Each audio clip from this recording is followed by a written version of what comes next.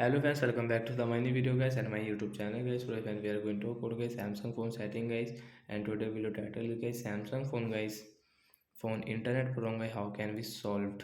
Friends, you have guys your Samsung phone guys phone internet problem, and friends you want to solve, so when you can solve easily. And friends, now let's see how to solve Samsung phone guys phone internet problem. So guys, you will have to on guys your phone setting guys. So guys, we will on it.